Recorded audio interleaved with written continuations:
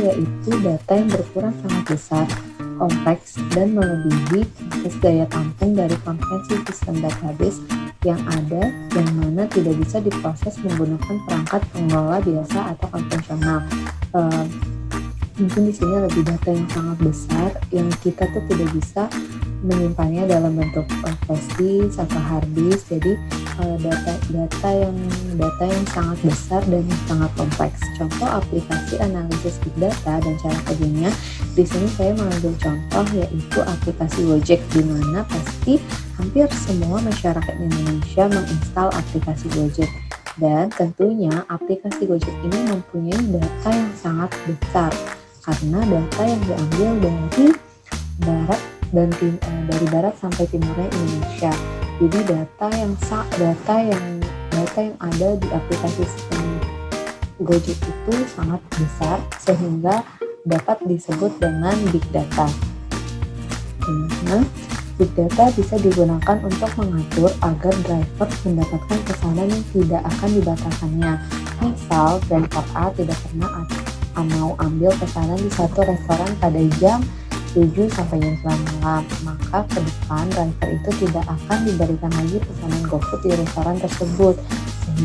Selain tidak mengecewakan konsumen, dengan begitu Gojek juga tak perlu terus-menerus mensubsidi driver untuk memotivasi mereka mengambil pesanan yang mereka enggankan. Ujung-ujungnya untuk mengefisiensi keuangan Gojek itu sendiri.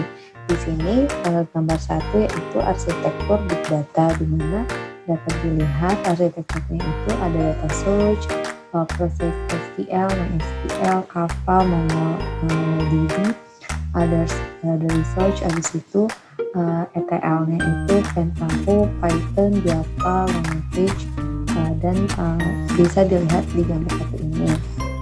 Di mana dalam ekosistem big data pada aplikasi Gojek ini merupakan menggunakan infrastruktur yang beragam. Yang terbaru, Gojek telah mengimplementasikan Google BigQuery dan Google Cloud Storage untuk proses warehousing mereka. Hal ini dianggap pas karena mereka hanya perlu membayar biaya bulannya saja dengan menyewa virtual private server tanpa harus membangun infrastruktur tersendiri. Di mana ini gambar 2 yaitu Gojek Data Arsitektur. Data yang berada di aplikasi Gojek itu sangat banyak, sangat besar sehingga membutuhkan storage yang besar pula. Aplikasi dan package Gojek menggunakan beberapa DBMS yaitu MongoDB, PostgreSQL, dan MySQL. Walaupun pada kabar terbaru mereka beralih menggunakan MariaDB. Seluruh DBMS ini memiliki fungsi yang berbeda-beda. Aplikasi Gojek sendiri menggunakan Postgre. RDBMS ini dipilih karena Postgre mendukung open connection yang lebih besar dibandingkan MySQL. Package Gojek yang dibangun dalam bahasa Ruby memfasilitasi penggunaan basis data yang beragam sehingga mereka menggunakan Apache Kafka sebagai aggregator data search ke ETL. Di sini gambar 3 perbandingan client open connection MySQL dan PostgreSQL. Nah, data tersebut diproses terlebih dahulu melalui ETL proses. ETL itu apa? Extract, Transform, dan Load proses. Dalam proses ini, Gojek memanfaatkan Pentaho, Python, Longstash, dan Java. Tentu saja fungsi dari seluruh komponen ini berbeda-beda. Pentaho berfungsi untuk melakukan proses ETL multi-node lalu data dipasing ke BigQuery. Python berfungsi untuk memproses machine learning karena machine learning memiliki efisiensi tinggi dalam melakukan proses transform. Longstash merupakan bagian dari Elastic. Bersama dengan Elasticsearch dan Elasticsearch, kegunaan yang paling terlihat adalah Logstash dan adalah log processing pada server Gojek. Di mana di sini dilihat di gambar 4 komponen pada Elastic. Nah, setelah ETL, tahap selanjutnya adalah warehousing. Gojek telah mengimplementasikan Google BigQuery dan Google Cloud Storage Google BigQuery memfasilitasi Gojek untuk merequest data menggunakan Google Query dengan waktu pemrosesan kurang dari 20 detik. Tentu saja proses ini akan menghemat waktu dan infrastruktur karena seluruh proses dijalankan di cloud.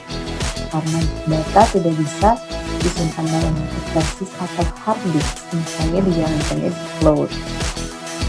Nah, Google Cloud Storage yang ini mirip dengan Amazon Web Services S3.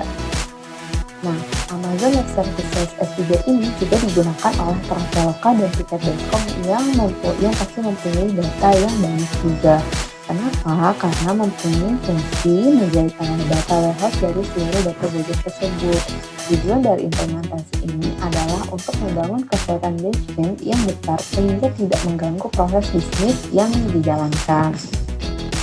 Tahap akhir setelah ETL warehousing yaitu data presentation, di mana di tahap ini Gojek melakukan data visualization. Kalau nggak ada data visualization kita kan bingung ya, kita dapat melihat apa kalau tidak ada visualisasinya.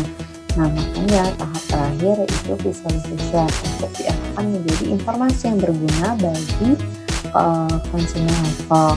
Gojek menggunakan Tableau sebagai data visualization platform. Tableau menghasilkan bagan dan grafik yang berisi informasi dari data yang diolah oleh Gojek. Ini sangat penting sehingga Gojek tahu konsumen Gojek itu konsumen itu memakai aplikasi Gojek pada jam-jam berapa, mereka memesan makanan itu di jam waktu berapa, restoran mana yang sangat ramai, itu karena ada data visualization-nya, karena ada grafik yang menunjukkan aplikasi Gojek itu seberapa sering aplikasi Gojek itu digunakan. Tableau memiliki fungsionalitas yang tinggi dan dapat beroperasi langsung dengan Google Cloud Storage. Itu soal nomor 1 tentang Big Data dan aplikasi contoh Big Data. Yang kedua, apa yang dilakukan dengan mobile application, berikan contoh aplikasi, arsitektur, dan cara kerjanya untuk mobile application di industri finansial atau perbankan. Di sini saya menjawab aplikasi mobile atau sering juga disingkat dengan istilah mobile app adalah aplikasi dari sebuah perangkat lunak yang dalam pengoperasiannya dapat berjalan di perangkat mobile. Perangkat mobile ini seperti smartphone, tablet, atau iPhone, iPod, dan lain-lainnya yang memiliki sistem operasi yang mendukung perangkat lunak secara standalone. Contoh aplikasi mobile application di industri finansial atau perbankan di sini yaitu saya internet banking Shinhan Bank. Kebetulan juga saya menggunakan internet banking di smartphone saya, di mana internet banking ini memudahkan bagi saya untuk melakukan transaksi tanpa harus kita ke banknya langsung seperti transfer, kecuali penarikan tunai, karena internet banking belum bisa melakukan penarikan tunai.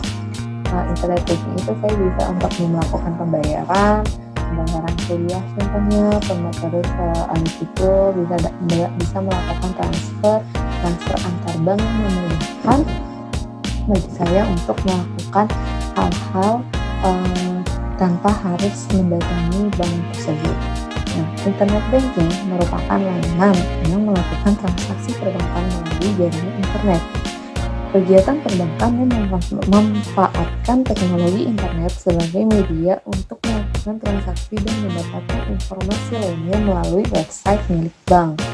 Kegiatan ini menggunakan jaringan internet sebagai perantara antara penghubung antara nasabah dengan bank tanpa harus memenuhi informasi tersebut. Seperti yang sudah saya jelaskan sebelumnya, kita tidak bisa datang ke kantor bank apabila kita sudah memiliki internet banking untuk bertransfer ke saudara atau ke yang lainnya.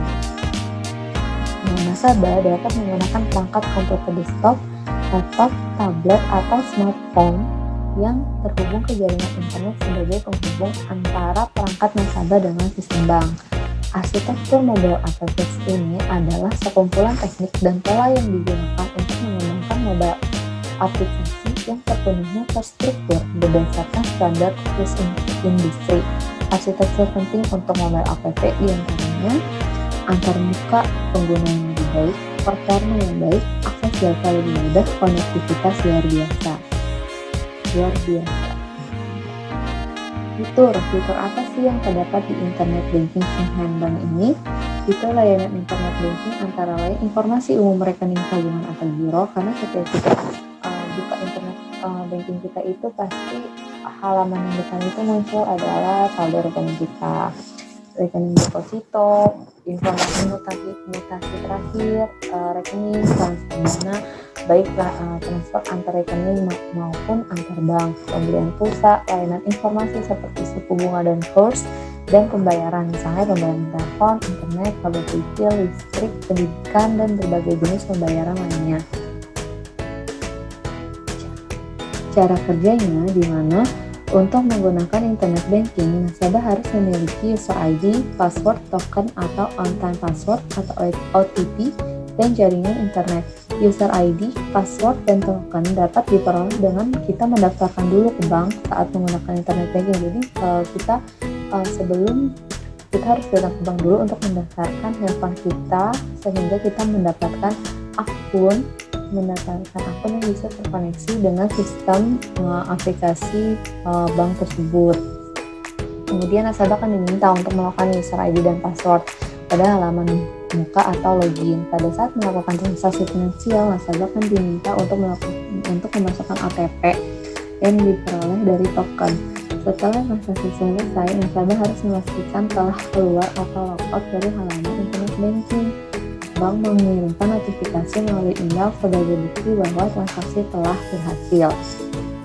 Ini sangat memudahkan bagi para nasabah untuk melakukan transfer, pembayaran, pembelian pulsa dan lainnya, sehingga kita tidak perlu untuk datang ke banknya tersebut. Itu soal nomor 2. Yang ketiga adalah bagaimana menurut Anda tata kelola organisasi yang telah dilakukan di perusahaan Anda atau di instansi tempat Anda bekerja saat ini. Jelaskan dalam konteks profesionalisme bekerja atau aktualisasi lebih dari yang ditentukan versus apresiasi. Menurut saya, tata kelola yang ada di instansi saya cukup baik, sesuai dengan peraturan yang berlaku, tersusun dan berjalan yang baik, sangat profesional, karena kami terdiri dari 5 subdirektorat dan sudah jelas setiap subdirektoratnya mendapatkan tugas dan fungsi sesuai peraturan yang berlaku. Dan apabila salah satu dari atau karyawan berprestasi dan membawa nama baik instansi, akan mendapatkan reward dari instansi tersebut.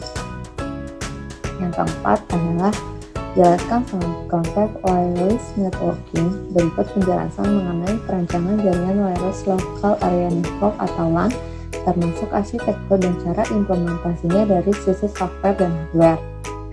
Menurut saya menjawab jaringan wireless atau jaringan kabel adalah sekumpulan komputer atau client atau host yang saling terhubung antara satu dengan yang lainnya dengan menggunakan media transmisi tanpa kabel, seperti gelombang radio, gelombang mikro, atau cahaya infrared.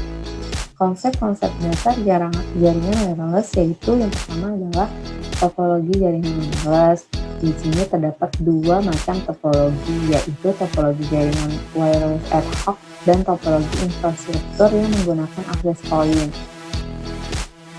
Dan yang kedua adalah frekuensi dan channel, di mana dalam implementasi LAN takkan bisa lepas dari perhatian penggunaan frekuensi dan channel dan band dari frekuensi yang umum digunakan dalam jaringan wireless, serta pelindungan channel yang baik untuk jaringan wireless dengan standar Wi-Fi yang banyak beredar di pasaran. Standarisasi jaringan wireless yaitu pengaruh terhadap implementasi pada saat kita mengetahui karakter dari standar suatu jaringan. Maka perlu diketahui peralatan mana saja yang akan dibutuhkan untuk membangun jaringan tersebut. Yang B, gangguan-gangguan atau kelemahan sinyal. Yang E, peralatan atau aksesoris jaringan wireless. Yang F, pemilihan mode access point. Yang G, sistem keamanan untuk jaringan wireless. H, ancaman-ancaman keamanan jaringan wireless. I, antena jaringan. Di sini tadi kan ada soal itu berikan penjelasan mengenai perancangan jaringan LAN, termasuk arsitektur dan cara implementasinya dari sisi software dan hardware. Di sini saya coba menjawab perancangan jaringan LAN, di mana jaringan lokal merupakan sekumpulan dua atau lebih komputer yang berada dalam batasan jarak lokasi satu dengan yang lainnya yang saling terhubung langsung atau tidak langsung. LAN dibedakan atas cara komputer tersebut saling koneksi, baik secara logik maupun fisik. Komputer dalam sebuah LAN bisa berupa PC, Macintosh, Unix, mini komputer, mainframe, ataupun hardware lain dengan arsitektur yang berbeda. Walaupun ada batasan dalam setiap mesin untuk saling terkoneksi dengan mesin lain berupa batasan fisik dan logik. Sebuah PC atau komputer dalam sebuah LAN disebut dengan node. Nah, di sini dalam kaitannya dengan konfigurasi, tipe LAN itu dibagi menjadi dua bagian, di mana yang pertama adalah kaitan administrasi antar node, jaringan server based dan jaringan peer-to-peer. Yang kedua adalah kaitan fisik dan logik antar node, ditentukan oleh bagaimana logika atau fisik data melewati jaringan yang dibedakan oleh arsitektur jaringan berupa Ethernet, token ring atau FDDI, dan lain-lainnya, dan tipe logik jaringan bus, ring, atau star. Arsitektur jaringan terdiri dari perkabelan, topologi, media, metode akses, dan format paket. Arsitektur yang umum digunakan dalam jaringan adalah berbasis kabel elektrik. Arsitektur jaringan berada pada masa kondisi transisi. ArchNet, Ethernet, dan token ring yang merupakan salah satu contoh arsitektur lama yang akan segera diganti dengan arsitektur dengan kecepatan yang lebih tinggi, di mana sekarang itu banyak dipakai meskipun dianggap obsolete. Mendukung transmisi mulai dari 2,5 Mbps untuk jaringan ArchNet, 10 Mbps Ethernet, dan 16 Mbps untuk jaringan token ring.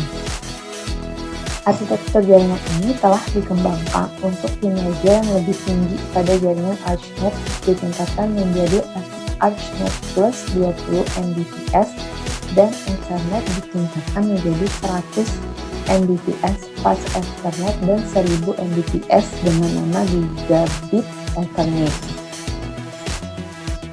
Lalu perangkat keras jaringan yang berbasis PC adalah komputer itu sendiri, kartu jaringan, kabel, konektor, konsentrator, kabel, pelindung, dan perlengkapan tambahan atau tools. Komputer yang dipakai dalam jaringan umumnya memiliki spesifikasi kelas AP dengan prosesor 80386 ke atas. Kabel yang digunakan bervariasi sesuai dengan topologi logik jaringan. Jaringan Ethernet Bus menggunakan kabel RJ58 atau Thin Net Coaxial, RJ8 atau Pitchnet sering juga disebut dengan Yellow Cable. ArchNet juga menggunakan kabel RJ58 tetapi menggunakan sebuah konsentrator.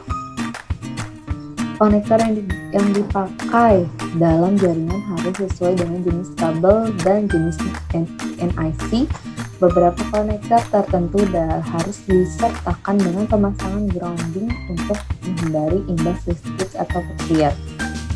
Selain peralatan fisik, dibutuhkan peralatan bantuan untuk pengerjaan pemasangan kabel seperti crimper, avometer, dan network tester. Perangkat lunak jaringan terdiri dari driver interface atau NIC, sistem operasi jaringan atau network operating system atau NOS, aplikasi jaringan, aplikasi manajemen, dan aplikasi diagnostik atau monitoring, dan aplikasi backup. Lalu implementasi yaitu pemasangan jaringan secara aktual terjadi pada tahap implementasi. Di tahap ini, semua rencana dan rancangan diterapkan dalam pekerjaan fisik jaringan. Beberapa pertimbangan dan saran dalam melakukan instalasi jaringan itu: yang pertama, dapatkan diagram ekosistem jaringan. Jika terjadi kemungkinan kabel yang sudah eksis tetap bisa dipakai atau digunakan sebagai backup atau cadangan. Yang kedua, tes semua komponen sebelum dipasang dan tes kembali setelah komponen terpasang. Jadi sebelum dipasang kita pastikan dulu, coba kalau pakai Cisco Packet Tracer itu kita coba tes dari yang dari komputer A di satu ruangan, terus ke komputer yang B di ruangan satu lagi, apakah pesannya sudah sampai atau belum. Kabel dan komponen harus dipasang oleh orang yang mengerti tentang hal tersebut. Juga melanjutkan ke langkah berikutnya sebelum memastikan langkah sebelumnya itu telah benar. Jadi kalau misalkan sudah berhasil mengirim pesan, berarti kita coba lagi untuk mengimplementasikannya yang lain.